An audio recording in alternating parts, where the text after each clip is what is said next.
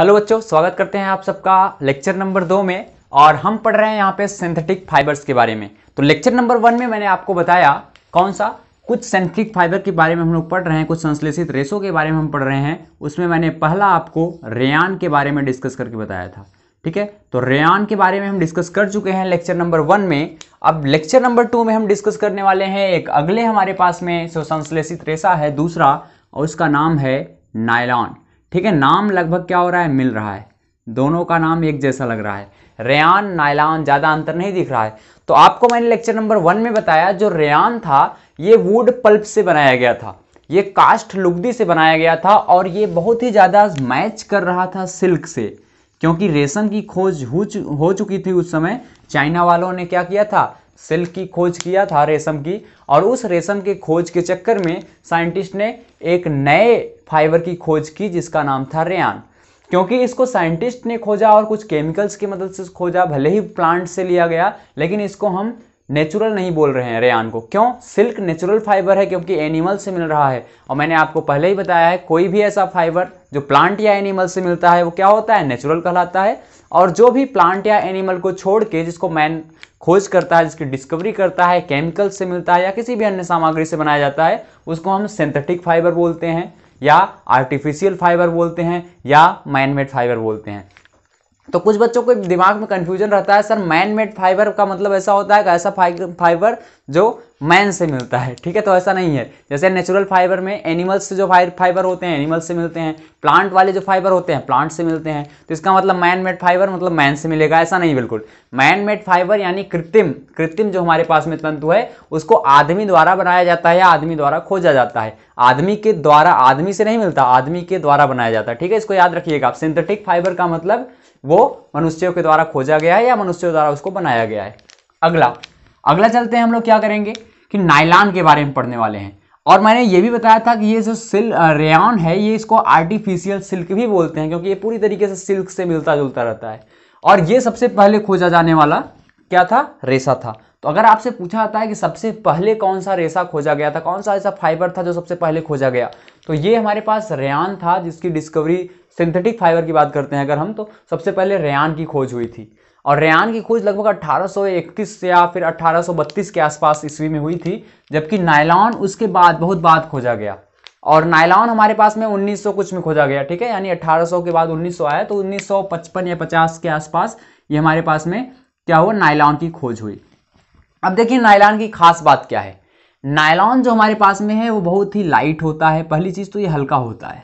ठीक है, कुछ हल्का होता है, ये बहुत ही स्ट्रांग होता है, और ये ड्यूरेबल होता है। तो दो तीन चीजें इसकी यहाँ पे खासियत हैं कि नायलॉन का जो फाइबर होता है हमारे पास में वो कैसा होता है, लाइट होता है, स्ट्रांग होता है। लाइट का मतलब हल्का होता है, स्ट्रांग मतलब मजबूत होता है, और हमारे पास में बहुत ही क्या होता है, ड्यूरेबल होता है, यानी लंबे समय तक चलता है।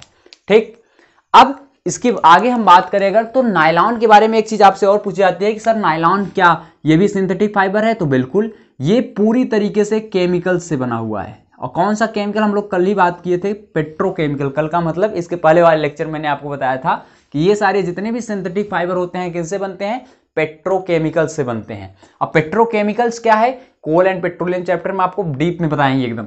तो अभी ये समझिए कि नायलॉन केमिकल से बना है, इसलिए इसको हम बोलते हैं फर्स्ट फुली सिंथेटिक फाइबर। ठीक है, सिंथेटिक फाइबर। तो अगर आपसे ये पूछा जाता है कि सबसे पहला पूरी तरीके से संश्लेषित रेशा कौन सा है, यानी कौन सा ऐसा रेशा है जो पहली बार पूर्णतः हम उसको संश्लेषित मानते हैं, तो पहली बार पूरी तरीके से फुली सिंथेटिक फाइबर जो हमारे पास नायलॉन है।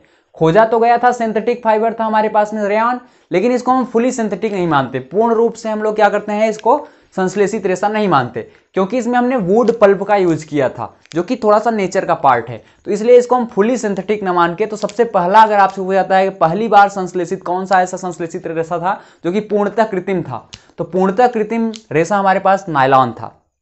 खोजा सबसे पहले रेयान गया आर्टिफिशियल में, लेकिन पूरी तरीके से जो संश्लेषित रेशा था या सिंथेटिक फाइबर है, फुली सिंथेटिक फाइबर कौन सा है, नायलॉन है। इसको याद रखेंगे आप, क्योंकि नायलॉन पूरी तरीके से केमिकल से बनाया गया है, जबकि रेयान में हमने वुड पल्प का यूज किया हुआ है। अच्छा, तो और क्या सर इसकी खासियत क्या है नायलॉन की? तो नायलॉन बहुत ही स्ट्रांग होता है, मैंने यहाँ पे पहले ही लिख दिया कि नायलॉन थोड़ा सा हल्का भी है और बहुत ही स्ट्रांग है। तो इसका फाइबर जो होता है बहुत ही मजबूत होता है, और बहुत मजबूत होने के कारण इसकी हम कई जगहों पे यूज करते हैं। इसका कपड़े बनाने में तो नायलॉन का यूज होता ही है, कई तरह के कपड़े होते हैं, ठीक है, इससे बनाए जाते हैं। तो मैं इसका यूज अब यहाँ पे लिखने वाला हूँ कि नायलॉन आखिर कौन कौन सी चीज़ें, एग्जाम्पल्स क्या हैं जो कि नायलॉन से बनाए जाते हैं। तो देखिए क्लॉथ्स तो हैं ही, कपड़े तो बनते हैं, कोई भी रेशा होगा उससे कपड़े तो बनाए ही जाएंगे। दूसरी चीज़ क्या है, क्योंकि ये थोड़े से मजबूत होते हैं, और एक इसकी नेचर बहुत अच्छी होती है कि ये थोड़े से शाइनी होते हैं, ठीक है। शाइनी का मतलब होता है ये चमकदार होते हैं, ठीक है। नायलॉन का कपड़ा आप अगर कोई पहना हुआ है तो दूर से ही चमकेगा, बड़ा अच्छा चमकता है, ठीक है। कुछ आपने देखे होंगे कुछ लोग कपड़े पहने रखते हैं तो दूर से ही चमकता है, बहुत अजीब तरह की चमक आती है उसमें से, तो वो बेसिकली नायलॉन का होता है, ठीक। तो नायलॉन का कपड़ा चमकता भी है, शाइनी नेचर भी होती है उसकी। तो कपड़े बनाते हैं इसके, और हम इसके सॉक्स बनाते हैं, मोजे, ठीक है, मोजों को बनाया जाता है इससे।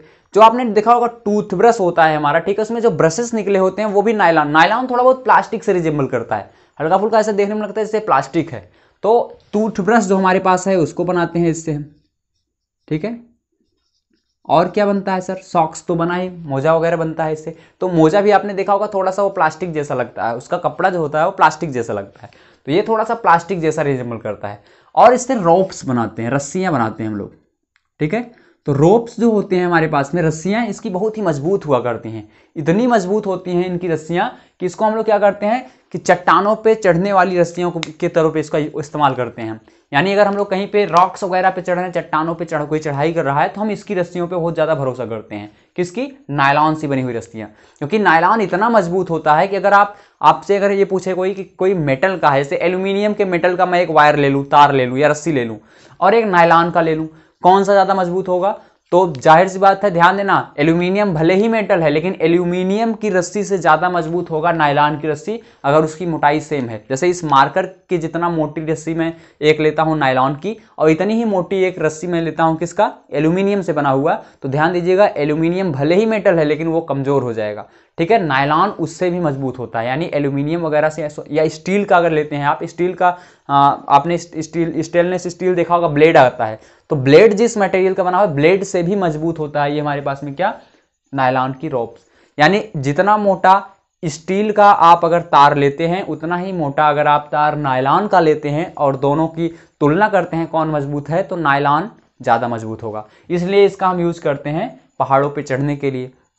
इसका पैरासूट भी बनाया जाता है, इतना मजबूत होता है पैरासूट, जिससे अगर आप लोग जानते होंगे कि जो भी हवाई जहाज वगैरह से अगर कोई रॉक कूदता है प्लेन वगैरह से, तो क्या होता है? पैरासूट का यूज करता है वो। तो पैरासूट भी किससे बनाए जाते हैं? इसी से। तो मैं ये भी लिख देता हूं कि पैरासूट बनाया जाता है, ठीक। और रॉक क्लाइंबिंग रोप, मैंने बताया पहाड़ों पे चढ़ने वाली रस्सियां, ठीक है, सॉरी, रॉक क्लाइंबिंग रोप्स, पहाड़ पे चढ़ने वाली रस्सियां इससे बनाई जाती हैं। और क्या बनाया जाता है सर? और एक चीज आप ध्यान दीजिए, रोप्स की बात चल रही है तो रस्सी, आपने पतंग उड़ाया होगा, जिसको हम लोग पतंग उड़ाते समय हम क्या करते हैं, एक ऐसा हमारे पास में रोप आता है, जिसको हम लोग अपनी भाषा में मंझा हमारे यहाँ बोला जाता है, पता नहीं आप जहाँ से बिलोंग करते हैं वहाँ पे क्या बोला जाता है, तो वो थोड़ा सा प्लास्टिक जैसा दिखता है। तो पतंग उड़ाते समय हम लोग एक ऐसी रस्सी का प्रयोग करते हैं जो कि थोड़ा सा प्लास्टिक जैसा दिखता है, वो भी क्या होता है? वो नायलॉन होता है। आप खुद समझ लीजिए वो मंझा कितना मजबूत होता है। वो अगर किसी के हाथ पे अगर उंगली पे लपेट दिया जाए तो उंगली कट जाएगी, इतनी मजबूत होती है। गले में अगर किसी फंस गया तो गला कट सकता है। तो इतना खतरनाक, ये बहुत ही खतरनाक फाइबर है, कह सकते हो। यानी मजबूत इतना ज़्यादा होता है, बहुत ही ज़्यादा स्ट्रांग हुआ करता है ये फाइबर। तो नायलॉन की बातें चल रही हैं, मैं नायलॉन के बारे में कई सारी चीज़ें आपको बता रहा हूँ। और इससे क्या बनता है? सीट बेल्ट आपने देखा होगा कार का, तो कार का सीट बेल्ट, कार का क्या? Seat belt. कार का ही सीट बेल्ट नहीं, आप देखे होंगे अगर बैग आप कोई यूज करते हैं, उसका जो बैग का हमारे पास में बेल्ट होता है, ठीक है, जो कंधे पे हम लोग लगा के चलते हैं, तो बैग का वो भी उससे बना होता है। आप जो स्कूल बैग यूज करते हैं उसका भी जो हमारे पास रोप होती है, रस्सियां होती हैं, वो भी इसी से बनाई जाती हैं। तो ये सारी चीजें जो थी नायलॉन से बनाई जाती हैं। कपड़े के अलावा मैंने कई सारी चीजें आपको बताया जो कि नायलॉन से बनाए जाते हैं। कर्टल्स भी बनाए जाते हैं, एक और एग्जाम्पल याद रखेंगे आप, ठीक है। कर्टल्स यानी कि हमारे पास में क्या, हम जिसको बोलते हैं पर्दा, ठीक है, अपनी हिंदी में क्या बोलते हैं कर्टल्स को, पर्दा। तो पर्दे वगैरह भी इसके बनाए जाते हैं। तो इतनी सारी चीजें इसकी बनाई जाती हैं, आप याद रखेंगे नायलॉन। और नायलॉन के बारे में जो सबसे इंपॉर्टेंट है कि फर्स्ट फुली सिंथेटिक फाइबर है, ठीक है, पहली बार ऐसा फाइबर हमारे पास में खोजा गया नायलॉन जो कि पूर्णतः संश्लेषित था। तो अगला चलते हैं, इसके बाद 2 हो गया हमारे पास। 2 के बाद हम पढ़ाएंगे आपको तीसरा, और तीसरा जो हमारे पास में फाइबर है उसको हमको किसके बारे में पढ़ना है, तीसरा, थर्ड, फोर्थ ही क्योंकि हमको पढ़ना ही है। तो तीसरा जो हमारे पास है वो है पॉलिस्टर, ठीक है, पॉलिस्टर हमारे पास में तीसरा फाइबर है। और चौथा, पॉलिस्टर के बाद हम एक्रिलिक के बारे में डिस्कस करेंगे। तो चलते हैं अगला, इसको हम इरेज कर देते हैं या थोड़ी देर रुक जाते हैं, ठीक, चलिए। तो पॉलिस्टर क्या है, पॉलिस्टर भी एक प्रकार से हमारे पास में कृत्रिम रेशा है, यानी संश्लेषित रेशा है, जो तीसरा पार्ट है हमारा। और पॉलिस्टर इनसे बाद में खोजा गया, यानी सबसे लेट में कह सकते हैं आप। सबसे पहले रेयॉन की खोज हुई, फिर नायलॉन की, फिर पॉलिस्टर, एक्रिलिक और भी कई सारी तरह तरह के क्या रेशे खोजे जाते थे। तो पॉलिस्टर किससे बना होता है, जैसे मैंने बताया था आपको पहले लेक्चर में कि कोई भी फाइबर हो वो क्या होता है, पॉलीमर होता है। और यहां भी आप देख रहे हैं एक शब्द लगा हुआ है पॉली।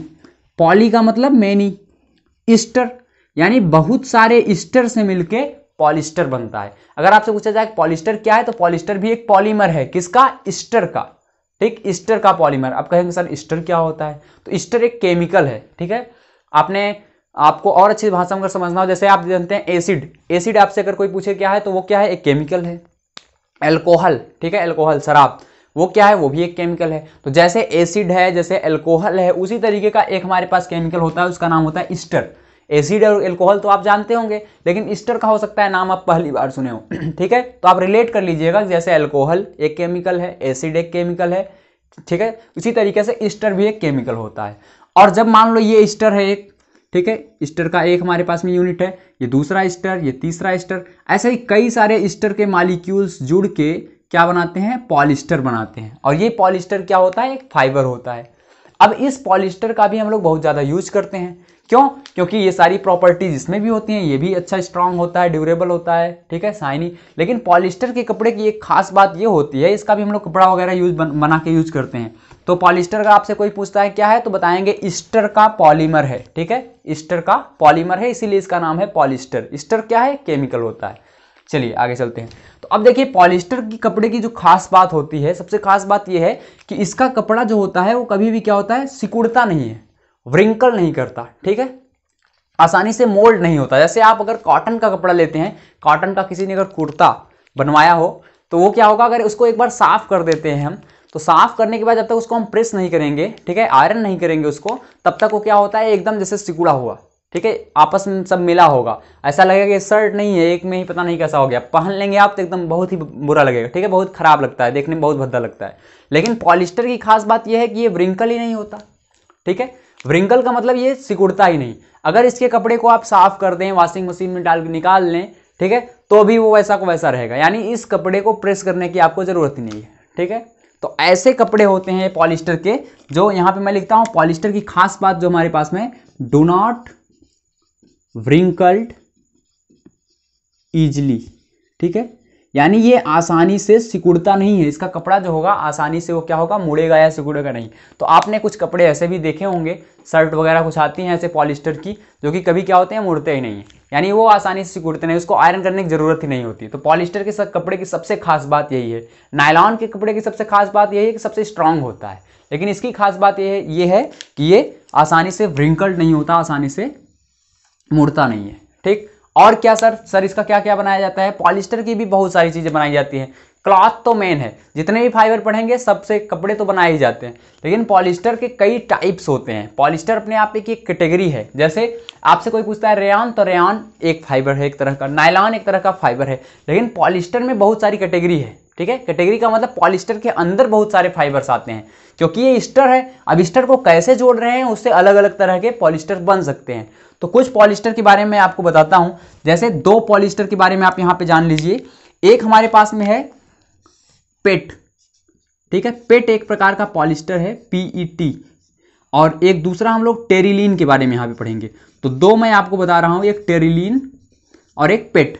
टेरिलीन भी एक तरह का पॉलिस्टर है, पेट भी एक तरह का पॉलिस्टर है। मतलब ये कि पॉलिस्टर एक ग्रुप है, इसके अंदर बहुत सारे फाइबर्स आते हैं। तो ये पेट का फाइबर AB मैं यहां पे कर देता हूं, A और B, तो पेट क्या है और टेरिलीन क्या है? कोई पूछता है पेट क्या है तो कहेंगे पेट एक प्रकार का पॉलिस्टर है। टेरिलीन क्या है? एक तरह का पॉलिस्टर है। पेट से भी बहुत सारी चीजें बनाई जाती हैं, टेरिलीन से भी बहुत सारी चीजें बनाई जाती हैं। तो पेट का फुल फॉर्म पहले समझते हैं। पेट का फुल फॉर्म है पॉली एथिलीन टेरिप्थेलेट, ठीक है, टेरिप्थेलेट। तो पॉली एथिलीन टेरिप्थेलेट पेट का फुल फॉर्म है। ये एक तरह के हमारे पास में पॉलिस्टर है। और इससे क्या क्या बनाया जाता है? ये जो हमारे पास पॉली एथिलीन टेरिप्थेलेट है, इससे बनाने में हम लोग ज़्यादातर इसका बनाते हैं हम लोग क्या, कांच जैसे ये दिखता है एकदम, यानी ये ऐसा फाइबर है जिससे आपको लगेगा कांच है। तो इसकी भी हम रस्सियों वगैरह बनाते हैं, प्लस बॉटल्स बनाते हैं, ठीक है, जार बनाते हैं इसका। यूटेंसिल्स, बहुत सारे बर्तन वगैरह जैसे छोटे छोटे बनाए जाते हैं इससे, यूटेंसिल्स, ठीक है। यूटेंसिल्स आपने देखे होंगे। अच्छा, जार से समझते हैं।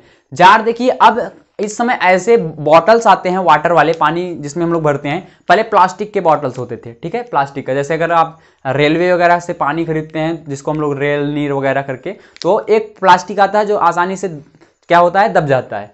और एक अब इस समय ऐसा हमारे पास में पानी का बॉटल आने लगा है जो कि कैसे एकदम कांच जैसा लगता है। होता नहीं कांच, ध्यान देना, वो कांच जैसा दिखता है, कांच के जैसा गिरने पे टूट भी जाता है। वो होता है पेट का बना हुआ होता है, ठीक, पेट का, पॉली एथिलीन टेरिप्थेलेट, तो वो उससे बना होता है। तो इसीलिए मैंने कहा जार, ठीक है, बॉटल्स, ठीक है, यहां मैं लिख सकता हूं बॉटल्स। तो ये जार बनाने के लिए, जार में जैसे जैम वगैरह रखना है आपको, अचार वगैरह मुरब्बा रखना है, तो ये क्या होता है, पेट के बने हुए बर्तनों का आप यूज कर सकते हैं। बॉटल्स अभी भी मैंने बताया कांच के जैसा सेम देखने में लगेगा, पेट का जितना भी हमारे पास यूटेंसिल्स वगैरह होगा। बर्तन वगैरह बनने में यूज होता है। बर्तन का मतलब आप अगर कहीं पे किसी होटल वगैरह में गए होंगे, अगर कुछ मान लीजिए आप चाइनीज मंगाते हैं, ठीक है, तो चाइनीज के लिए वो एक प्लेट का यूज करता है। और वो प्लेट देखने में तो थोड़ा कांच जैसा लगता है, ठीक है, लेकिन वो किसका होता है, पेट का बना हुआ होता है। तो पेट मतलब थोड़ा सा ग्लास से आप रिलेट कर लीजिए। कभी पेट का नाम आता है दिमाग में, समझ लीजिए वो कांच जैसा दिखेगा, थोड़ा सा इसकी रस्सियां वगैरह भी बनाई जाती हैं पेट की। तो ये हो गया पेट, एक प्रकार का पॉलिस्टर। टेरिलीन एक पॉलिस्टर है जिसकी हम क्या बनाते हैं, केवल कपड़े ही बनाए जाते हैं इसके। अब होता क्या है कि पॉलिस्टर तो बहुत सारे हैं, अब हम मिक्सिंग करते हैं। जैसे मैंने आपको पहले ही लेक्चर में बताया था, जब हम रेयान पढ़ रहे थे, ठीक है, तो रेयान के साथ हमने सिल्क को मैच किया था, ठीक है, सिल्क को मिलाया हुआ था, तो क्या बना था हमारे पास में, कुछ नया बन गया था कोई। यानी दो अगर हम फाइबर्स को मिला देते हैं, दो रेशों को मिला देते हैं आपस में, तो एक नया रेशा बन जाता है, जिसका यूज हम लोग और अलग तरीके से कर लेते हैं। ऐसे ही मैंने आपको बताया था, रेयान के साथ कॉटन को मिलाते हैं तो हम लोग क्या बनाते थे, बेडशीट बनाते थे। रेयान के साथ हम ऊन को मिला देते थे तो क्या, कारपेट वगैरह, दरी वगैरह बनाते थे। ऐसे ही पॉलिस्टर के ज्यादातर फाइबर्स जो होते हैं वो हम लोग क्या, कॉम्बिनेशन में यूज करते हैं। कॉम्बिनेशन का मतलब आपने नाम जो सुना होगा, आप देखिए, आप नाम यहां पे सुनना, टेरिकॉट का नाम आपने सुना होगा ना, टेरिकॉट, सॉरी, TERECOOT, टेरिकॉट का नाम आप सुने होंगे। तो टेरिकॉट क्या है, ये मिक्सिंग है। अब यहां पे मिक्सिंग चल रही है। देखिए यहां दो चीजें आपको समझ में आ रही है, एक तो टेरी और एक कॉट। टेरी का मतलब टेरिलीन और कॉट का मतलब कॉटन। यानी टेरिलीन क्या है, पॉलिस्टर है, और कॉटन अलग ही है, नेचुरल फाइबर है। एक सिंथेटिक फाइबर, एक नेचुरल फाइबर को यूज करके मैंने टेरिकॉट बना दिया। तो टेरिकॉट का मतलब एक तरह का फाइबर मिक्स करके बनाया गया है, दो फाइबर को मिक्स करके बनाया गया है, और इसके हम लोग कपड़े पहनते हैं, ठीक है, टेरिकॉट का कपड़ा पहना जाता है। तो टेरिलीन से हम बेसिकली क्लॉथ्स बनाते हैं, और ये मिक्सिंग करके बनाते हैं। तो टेरिकॉट एक हो गया। पॉलीवूड का नाम सुना होगा, पॉलीवूल, ठीक है, पॉलीवूल हो गया। और क्या होता है सर, पॉलीकॉट का नाम सुना है। तो ये सब क्या है, ये सब है हमारे पास में मिक्सिंग करके। टेरिकॉट टेरिलीन और कॉटन से मिलकर बना होता है। पॉलीवूल पॉलिस्टर और वूल से मिलकर बना होता है। पॉलीकॉट पॉलिस्टर और कॉटन से मिलकर बना होता है। तो ये सब मिक्सिंग है, ठीक है, दो फाइबर्स को मिक्स करके हम नए नई चीजों को बना रहे हैं, नए नए फाइबर्स की खोज कर रहे हैं, और इन फाइबर्स से अलग अलग कपड़े बनाए जाते हैं। तो ये हो गया हमारे पास में पॉलिस्टर के बारे में। और एक बड़ी अच्छी बात है, पॉलिस्टर जो होता है, पॉलिस्टर को आप पहचानेंगे कैसे ये पॉलिस्टर का है।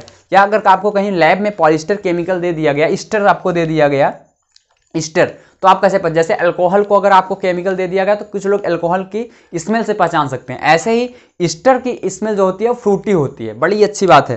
तो अगर आपसे कोई पूछता है कि एक केमिकल है जो फ्रूट की तरह इसकी स्मेल आ रही है, जिसकी महक ऐसी है फलों की तरह आ रही है, तो फ्रूटी स्मेल जो होता है पॉलिस्टर का होता है, ठीक है। तो पॉलिस्टर स्मेल, या ऐसे लिख सकते हो फ्रूटी स्मेल, यानी इसकी जो स्मेल होती है ये फ्रूट की तरह होती है, फलों की तरह होती है, ठीक। तो फल की तरह स्मेल किसकी आती है, एक केमिकल है ईस्टर। और एक चीज, इसीलिए इसका हम पॉलिस्टर का यूज सेंट की बॉटल वगैरह में भी होता है, ठीक है। सेंट जो आप लोग यूज करते परफ्यूम वगैरह, तो परफ्यूम भी क्या होता है, ईस्टर केमिकल जो होता है उसी से बनाया जाता है ज्यादातर। इसीलिए अगर आप कभी परफ्यूम की बॉटल को धूप वगैरह में रख दें तो वो फट सकता है, ठीक है। क्यों, क्योंकि ये ईस्टर एक्सप्लोजिव भी होता है, ये विस्फोटक भी होता है थोड़ा सा। तो ये ईस्टर के बारे में मैंने आपको कुछ बताया, जैसे अल्कोहल के बारे में आप सब जानते होंगे, ईस्टर एक केमिकल है, फ्रूटी स्मेल होता है और कई सारी चीजें। तो अब मैं तीन यहाँ पे हमारे पास में हो गए। चौथे की बात करूंगा, तो चौथे के लिए शायद मुझको ऊपर से कुछ इरेज करना पड़े, तो मैं इसको ऊपर से इरेज कर देता हूं 2 को, ठीक है। चलिए 2 सिंथेटिक फाइबर को इरेज करता हूं। और चौथा है क्या हमारे पास सर, चौथा है एक्रिलिक। एक्रिलिक का नाम तो आपने सुना ही है, ठीक है। 4 ही हमको पढ़ने हैं, 3 पढ़ लिए, एक और बचा हुआ है उसको भी देख लेते हैं। तो चौथा जो हमारे पास में है सिंथेटिक फाइबर, उसका नाम है एक्रिलिक। एक्रिलिक हमारे पास एक सिंथेटिक फाइबर है, यानी कि मैन मेड फाइबर है। और एक्रिलिक एकदम रिजेंबल करता है वूल की तरह, रिजेंबल्स लाइक वूल, या रिजेंबल्स विथ वूल लिखें तो ज्यादा ठीक है। यानी ये क्या होता है, ऊन की तरह एकदम मिलता जुलता है। ऊन आपने देखा है, वूल जो कि भेड़ से प्राप्त होता है, ये एक नेचुरल फाइबर है। वूल क्या है, ऊन नेचुरल फाइबर है। तो नेचुरल फाइबर की तरह एकदम ये मैच करता है एक्रिलिक। यानी जितनी भी प्रॉपर्टीज लगभग वूल की होती है, ऊन की होती है, सेम वही प्रॉपर्टीज एक्रिलिक की भी होती है। ये भी देखने में वूल के जैसा ही लगेगा। जैसे जब आप ठंडियों का जो भी कपड़ा होता है वो वूल का बना होता है, जैसे स्वेटर हो गया, शॉल हो गया, ठीक है, मफलर वगैरह आपका हो गया। तो अभी एक्रिलिक का क्या बनता है, एक्रिलिक की भी सारी चीजें यही बनती हैं। आप ऊन लेके अगर स्वेटर बनाते हैं तो अलग टाइप का दिखता है, लेकिन आप बाजार से जाएं और स्वेटर खरीदें, शॉल खरीदें, ठीक है, बाजार से मार्केट वाली, तो वो थोड़े से अलग दिखते हैं। उनका जो ऊन होता है थोड़ा सा पतला आपको दिखाई देता है, ठीक है। कपड़ा तो आपने स्वेटर या शॉल या मफलर वगैरह बाजार से तो खरीदा ही होगा। एक तो होता है जिसको घर पे बुना जाता है, जो हम घर पे बुनते हैं वो क्या होता है, वो वूल का, ऊन का बना होता है। लेकिन जो हम खरीदते हैं सिंथेटिक वाला आर्टिफिशियल स्वेटर वगैरह जो हमारे पास बना होता है, वो एक्रिलिक का बना होता है। तो एक्रिलिक के बारे में मैंने क्या बताया, एक्रिलिक हमारे पास में वूल से रिजेंबल करता है और इसके भी क्लॉथ्स वगैरह बनाए जाते हैं। क्या क्या बनाया जाता है इसका, तो यहाँ पे आप लिख सकते हैं, इसके एग्जांपल्स हैं हमारे पास में, स्वेटर, ठीक है, स्वेटर से इसके बनाए जाते हैं, शॉल, ठीक, शॉल्स हो गए, और क्या मफलर्स वगैरह हमारे पास में, कुछ इस पे कारपेट्स वगैरह भी बनाए जाते हैं इसके। तो ये सारी चीजें इसकी बनाई जा सकती है एक्रिलिक की, ठीक। इसके आगे अगर हम चलते हैं तो चारों हमारे पास में कंप्लीट हो गए, चारों फाइबर्स के बारे में आपको इनको याद रखना है। मिक्सिंग की बात मैं बता ही रहा था कि टेरिकाट, पॉलीवूल, पॉलीकाट, ये सारी चीजें क्या होती है, ये सब मैच करके बनाई ही जाती हैं। अगली बात ये है कि सर आखिर ये नेचुरल और सिंथेटिक हमने पढ़ तो लिया सारी की सारी चीजें, अब क्या इसमें क्या डिफरेंस है। अगर हम क्लॉथ का यूज करते हैं नेचुरल और आर्टिफिशियल, तो कौन सा अच्छा होगा, या नेचुरल और सिंथेटिक की बात करें तो नेचुरल, देखिए नेचुरल अपने हिसाब से वो भी अच्छा है, आर्टिफिशियल भी अच्छा है। लेकिन यहाँ पे अगर हम बेनिफिट्स की बात करते हैं तो कुछ जगहों पे नेचुरल अच्छा है, कुछ जगहों पे आर्टिफिशियल अच्छा है। लेकिन चैप्टर में क्योंकि यहाँ पे हम सिंथेटिक के बारे में पढ़े हुए, पूरे चैप्टर में कहाँ क्या पढ़ रहे हैं, सिंथेटिक फाइबर के बारे में पढ़ रहे हैं, तो हमको यहाँ पे प्रॉपर्टीज बतानी पड़ेंगी सिंथेटिक फाइबर की, कि संश्लेषित रेशे के क्या क्या प्रॉपर्टीज हैं जो कि नेचुरल से अलग हैं। लेकिन एक मायने में गड़बड़ होगा, वो हम लास्ट में बताएंगे। पहले हम कुछ कैरेक्टर्स देख लेते हैं, ठीक है, कुछ विशेषताएं देख लेते हैं, यानी कैरेक्टरिस्टिक्स ऑफ सिंथेटिक फाइबर, ठीक है। एसएफ का मतलब समझ लेना, संश्लेषित रेशे यानी सिंथेटिक फाइबर। तो क्या क्या विशेषताएं हैं, क्या क्या कैरेक्टर्स हैं संश्लेषित रेशों के, उसके बारे में यहां पे आपसे डिस्कस करते हैं। तो एक एक करके बात करेंगे। सबसे पहला तो ये होता है बहुत ही क्या, ड्यूरेबल। ड्यूरेबल का मतलब यह है कि बहुत लंबे समय तक चलता है, ठीक है, अस्थाई इसको बोलते हैं हिंदी में। ड्यूरेबल का मतलब क्या है, अस्थाई। अस्थाई का मतलब ये लंबे समय तक चलेगा। जैसे आप अगर नेचुरल फाइबर का यूज करते हैं तो वो जल्दी खराब हो जाता है, लेकिन आर्टिफिशियल फाइबर का यूज करेंगे तो ये बड़े लंबे समय तक चलता है। कारण क्या है इसका, एक कारण मैं आपको बताता हूं। देखिए अगर आप दो तरह के क्लॉथ या कपड़े लेते हैं, एक आप ले लीजिए जो नेचुरल फाइबर से बना हुआ हो, मान लो ये नेचुरल फाइबर वाला है, और एक आप ले लीजिए क्या, आर्टिफिशियल या सिंथेटिक फाइबर वाला। तो अगर इनको दोनों को आप अगर पानी में डालते हैं, एक हमारे पास मान लो 2 जार ले लिया मैंने, दोनों में इक्वल पानी है, तो इसको डालते हैं पानी में, तो देखोगे अगर नेचुरल वाला जो होता है पानी को ज्यादा एब्जॉर्ब करता है।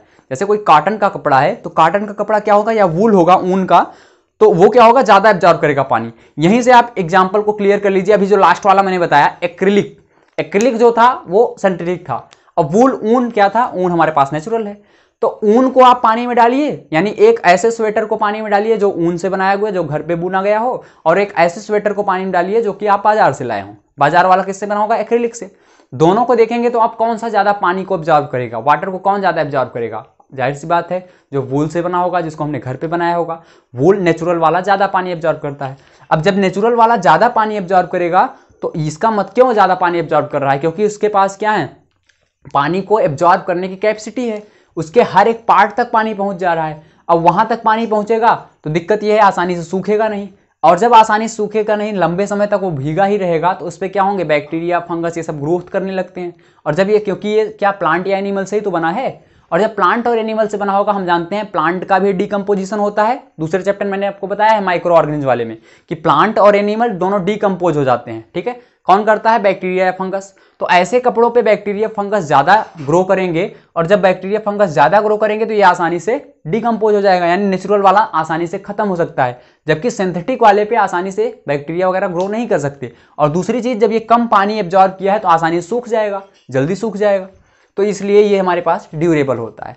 तो ड्यूरेबल क्यों होता है, इसका कारण सहित मैंने आपको बताया कि अस्थायी क्यों होते हैं, संश्लेषित रेशे इतने अच्छे क्यों होते हैं, उसका कारण मैंने आपको बता दिया। अब देखिए दूसरी चीज जो है, ये हमारे पास में चीप होते हैं, चीप। ठीक है, चीप का मतलब होता है ये सस्ते होते हैं, या दूसरे शब्दों में बोले तो लेस एक्सपेंसिव हैं, लेस एक्सपेंसिव, ये सस्ते होते हैं।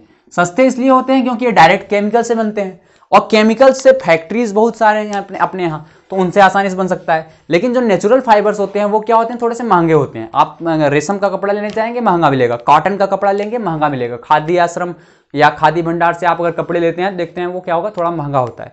कारण यही होता है, कारण क्या होता है, उसको हाथ से बनाया जाता है। ज़्यादातर चीज़ें जो भी हमारे नेचुरल हैं वो हाथ से बनाई जाती हैं, तो हाथ से बनाने में खर्च ज़्यादा आता है, जब लागत ज़्यादा लगेगी तो जाहिर सी बात है वो महंगा होगा। तो दूसरा फायदा ये है कि सिंथेटिक फाइबर सस्ते होते हैं। तीसरा फायदा हमारे पास में क्या है, तीसरा फायदा मैं यहाँ पे लिखता हूँ कि ये इजीली अवेलेबल होते हैं, या इसको बोल सकते हो रेडियली अवेलेबल होते हैं, रेडियली अवेलेबल, यानी ये आसानी से क्या होते हैं, उपलब्ध हो जाते हैं, आसानी से मिल जाते हैं, बड़े आराम से मिल जाते हैं, क्योंकि इनकी फैक्ट्रीज वगैरह ज़्यादा होती हैं, ज़्यादा यहाँ पे कच्चे माल वगैरह आते हैं और ज़्यादा कपड़े तैयार होते हैं। जबकि हाथ से बनने वाले जो कपड़े होते हैं, नेचुरल फाइबर्स जो होते हैं, उनकी भी फैक्ट्रीज होती हैं, लेकिन वो उतनी ज़्यादा कैपेसिटी नहीं है उतनी ज़्यादा हम लोगों की, ठीक है, कि उसको बाहर भेजें कि यहाँ पे रखें। क्योंकि अगर रेशम का कपड़ा आप प्रोड्यूस कर रहे हैं तो उतना ज़्यादा नहीं प्रोड्यूस कर पाएंगे जितना कि हम नायलॉन बना सकते हैं, एक्रिलिक पॉलिस्टर बना सकते हैं। तो ये रेडीली अवेलेबल होता है, बड़ी आसानी से हमको मिल जाता है। और क्या होता है सर, और ये अभी बताया था क्विकली ड्राई, ये बड़ी आसानी से क्या करता है, सूख जाता है। और इजी टू मेंटेनेंस, मेंटेनेंस इसका बहुत ज़्यादा नहीं होता। लास्ट में लिखता हूँ चौथा, इजी टू मेंटेन, यानी इसको मेंटेन करना ज़्यादा मुश्किल नहीं होता। अभी मैंने बताया था कि पॉलिस्टर का जो कपड़ा होता है कभी सिकुड़ता ही नहीं, व्रिंकल ही नहीं होता। जब सिकुड़ता ही नहीं तो उसको प्रेस करने की कहानी ही नहीं है, ठीक है। अब पता लगा कॉटन कपड़ा लिए जितनी बार धुलोगे उतनी बार प्रेस करना पड़ेगा, लेकिन पॉलिस्टर का, नायलॉन का कपड़ा ले लिए तो वो खुद ही इतना अच्छा है कि उसको प्रेस करने की जरूरत ही नहीं है। तो इजी मेंटेन करना इसको आसान होता है। और कई सारी प्रॉपर्टीज़ मैंने आपको पहले ही बता दी, स्ट्रांग होता है, मजबूत होता है, ये तो बताया ही आपको, ठीक है। चीप होता है, बता ही दिया। हल्के भी होते हैं ये कपड़े थोड़े से, ठीक है, हल्के भी होते हैं। तो ये सारी चीज़ें हैं, कैरेक्टर्स हैं कुछ सिंथेटिक फाइबर्स की, इसको आपको याद रखना है। और यहाँ पे ये खत्म होता है। लेकिन इतने फायदे होने के बाद भी एक बड़ी बहुत बुराई है इसमें। बुराई ये है कि ये जो हमारे पास में कपड़े होते हैं या ये जो सिंथेटिक फाइबर्स होते हैं, क्योंकि केमिकल से मिलकर बने होते हैं, अगर आप जलाना स्टार्ट करते हैं ना, अगर आपको कहीं पर नेचुरल फाइबर दे दिया जाए, ठीक है, और सिंथेटिक फाइबर दे दिया जाए, यानी संश्लेषित रेशों को दे दिया जाए और प्राकृतिक रेशों को दे दिया जाए, तो नेचर वाला जो होगा उसको अगर आप जलाते हैं ना, बर्न करेंगे, तो ये जल जाएगा, राख में बदल जाएगा, पिघलता नहीं है कभी भी। कॉटन का कपड़ा आप जलाइए वो कभी पिघलेगा नहीं, लेकिन किसी भी और का, नायलॉन का, रेयान का, एक्रिलिक का, पॉलिस्टर का, टेरिकॉट, टेरीवूल, पॉलीकॉट, ये सारी चीज़ें अगर आप जलाते हैं तो ये पिघल जाते हैं, क्योंकि ये थोड़े से प्लास्टिक जैसे होते हैं। और जब पिघलते हैं तो क्या होगा, पिघलने के बाद आपकी स्किन को डैमेज कर सकते हैं। यानी आप अगर कभी कहीं पे मान लीजिए दुर्भाग्यवश कहीं पे आग लग गई और वहाँ पे आप बैठे हुए हैं, या मान लो कोई किचन में काम कर रहा है, किचन में आग लग गई। अब किचन में आग लग गई और वो अगर हमारे पास कॉटन का कपड़ा पहना हुआ है तो सेफ बच जाएगा, उसकी स्किन वगैरह एकदम बच जाएगी। कपड़े में आग लग गई तो वो क्या होगा, उसका जो कपड़ा होगा स्किन से चिपकेगा नहीं, क्योंकि क्या होता है, नेचुरल अगर फाइबर का आप कपड़ा पहने हुए हैं तो वो बड़ी आसानी से राख बन के अलग हो जाता है। लेकिन अगर आपने गलती से आर्टिफिशियल कपड़ा वहाँ पे पहना हुआ है तो वो क्या होगा, वो सारे कपड़े जो होंगे जल के आपकी स्किन पे चिपक जाएंगे और वो पूरी की पूरी स्किन को डैमेज कर देते हैं। तो ये सबसे खराब बात है। संश्लेषित रेशों की सबसे गड़बड़ बात यही है कि कहीं पे ये डैमेज करते हैं बड़ी तेजी से, क्योंकि ये आपकी स्किन से चिपक सकते हैं। तो ये बड़ी खतरनाक थी। इसीलिए कभी भी किचन वगैरह में काम करते समय हमको नेचुरल फाइबर के कपड़े पहनने चाहिए। यानी नेचुरल का मतलब कॉटन का, सिंपल सी बात है, कॉटन का कपड़ा आप आसानी से पहनिए, सूती कपड़े का इस्तेमाल कीजिए। कभी भी सिंथेटिक फाइबर का यूज किचन में नहीं करना चाहिए, ठीक। तो ये सारी कुछ चीज़ें थी। अभी आपको आगे ये भी बताएंगे कि मेलामाइन, ठीक है, एक केमिकल है, उसके कपड़े पहने जाते हैं जब आप कहीं पे यूज करते हैं। जैसे फायर जो एक्सटिंग्विशर होते हैं, जो आग बुझाने वाले कर्मचारी होते हैं, वो मेलामाइन से बने कपड़े को पहनते हैं। वो एक ऐसा कपड़ा होता है जो कि जिसके आर पार आग वगैरह नहीं जा सकती है। तो वो सारी चीज़ें आपको बताई जाएंगी। इस लेक्चर में बस इतना ही। अब मिलते हैं अगले लेक्चर में, प्लास्टिक के बारे में डिस्कस करेंगे, क्योंकि ये हमारे पास पोर्शन खत्म हो चुका है सिंथेटिक फाइबर का। अब प्लास्टिक के बारे में डिस्कस करेंगे आपसे, किस तरह के प्लास्टिक होते हैं, कौन कौन से प्लास्टिक हैं, कैसे बनते हैं प्लास्टिक, क्या क्या यूज हैं उनके, क्या क्या नुकसान है प्लास्टिक की, ये सारी चीज़ें नेक्स्ट लेक्चर में आपसे डिस्कस की जाएंगी। मिलते हैं अगले लेक्चर में। Thank you so much.